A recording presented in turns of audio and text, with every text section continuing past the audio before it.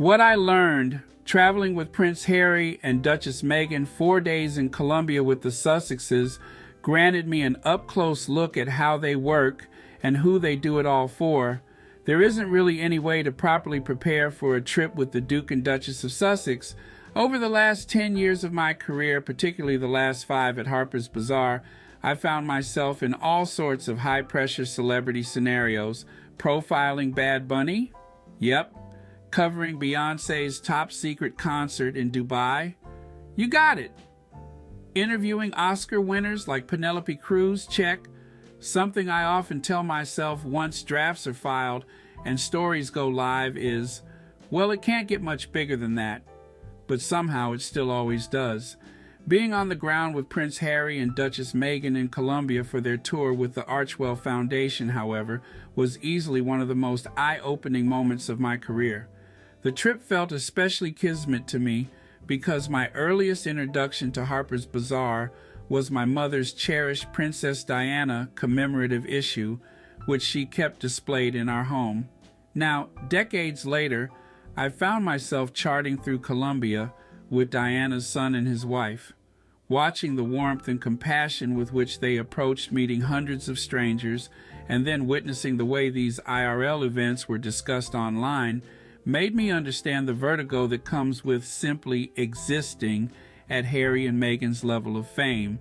Those 4 days in Colombia weren't about the pomp and circumstance of celebrity, however. For the Sussexes, everything they do and everywhere they go always circles back to their mission of showing up and doing good. The Sussexes' visit came courtesy of an official invitation from Vice President Francia Elena Marquez of Colombia, and followed 2 other trips they made this year to Nigeria and Canada. Since Harry and Meghan stepped back from being senior working members of the British royal family in 2020 and launched the Archewell Foundation in 2021, they've been able to focus on the issues most important to them, from speaking out about mental health to helping orchestrate crucial funding toward COVID-19 vaccine research at the height of the pandemic. But at the crux of their advocacy work is the goal of building a better, safer digital world for the generations to come, inspired by their own experience with media mistreatment and digital misinformation. There's no doubt that challenging the dehumanizing effect of the internet is a lofty goal, especially when the youngest generation is a group that was essentially born with the digital space at their fingertips. But if witnessing the Duke and Duchess meeting with students, teachers, parents, and community leaders on the ground in Colombia showed me anything, it's that a healthier future for our children, one with less bullying, less toxicity, and less encouragement to troll and react, is possible, simply because it's what today's children ultimately want for themselves. In classrooms across Colombia, Prince Harry and Duchess Meghan sat down and listened, and I mean really listened, to what Colombian youth had to say about their evolving relationships with social media and how it affects their daily lives. To me, the Sussexes soar when working with today's youth. It's an interaction that once again brings the late Princess Diana front of mind when looking back at her public interactions with youth and AIDS patients decades ago. Maybe becoming parents themselves has helped Harry and Meghan form a more organic connection with children and teens. Whatever it is, their ability to get young people to open up about their lives and goals is undeniable. Children were ecstatic to see the couple walking the hallways of their schools, and the Sussexes were quick to pause for each and every hug, handhold, or selfie request.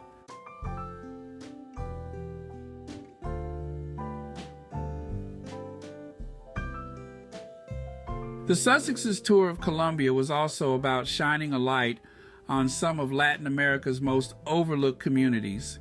As someone who has covered the intersection of Afro-Latinidad and culture since the very beginning of my career, at times it was overwhelming to witness the joy that radiated from local children and elders alike at being chosen to share a piece of their world with the Duke and Duchess. Even in 2024, the mainstream media's portrayal of Colombians is inherently white. Just look at the country's biggest entertainment exports, but the country's African and indigenous traditions are rooted in every aspect of its art, music, and literature. I'd be lying if I said I wasn't moved by witnessing communities come together to showcase a traditional drum circle, or by chatting with young local dancers in Cali ahead of their performance. Colombians, like so many Latin Americans, manage to find resilience by maintaining their joy, and it's something we all could learn from. Duchess Meghan even mentioned it herself during a panel conversation for the Afro-Descendant Women and Power, Voices of Equity Summit, which celebrated Afro-Colombian women and leaders. Describing this era of her life as her chapter of joy, she said, "The more you are able to look at your life and really, truly recognize and be able to be grateful for your life, you have to be grateful for all aspects of it. My intentionality is to enjoy this chapter and be able to love through every piece of this as best we can." I needed that positivity during my time covering the Sussexes, since any sort of association with the couple, even just being a pool reporter, sharing basic details and facts about their day-to-day events, means opening yourself up to unwarranted critique from, well, the world. Within hours of the announcement I would be accompanying them on tour, I was called a grifter, a mouthpiece, and a calculated piece of their PR puzzle, among other things. And that was before I even sent out a single pool report. UK reporters specifically were baffled about my being there. I was described as having no news background. My entire career discredited because of what I can only assume is the fact that I'm not white and not British. There was no mention of my years-long dedication to uplifting Latino art and culture, because the Colombian tour was planned to the minute, with essentially zero drama for tabloids to pick up on and sensationalize. I was the next easiest target. It all felt eerily familiar. The writer, alongside local youth in Cali, Colombia, who performed for the Duke and Duchess of Sussex. Let me be clear, though. I'm not trying to put forth a woe-is-me narrative or garner sympathy.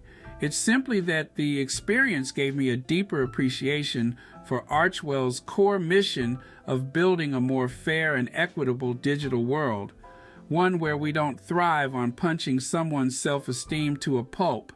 I'm a 30-year-old woman who can recognize right from wrong and know when to log off for the sake of my mental health. Our youth don't all necessarily carry that same strength. It's up to us, adults, leaders, and yes, even the Duke and Duchess of Sussex, to do our part in minimizing online hostility as much as we can. If anything, what struck me most as a witness to the Sussexes' operation was the intentionality they bring to the way they use their platform. Regardless of public opinion, the Duke and Duchess are committed to continuing acts of service. It's not a requirement for them. After all, plenty of celebrities don't see service as part of their role. Instead, it's a calling. That acute attention to detail in the way they marshal their fame, the way they move about the world, and the way they choose whom to collaborate with is what will help them make the most impact in the future.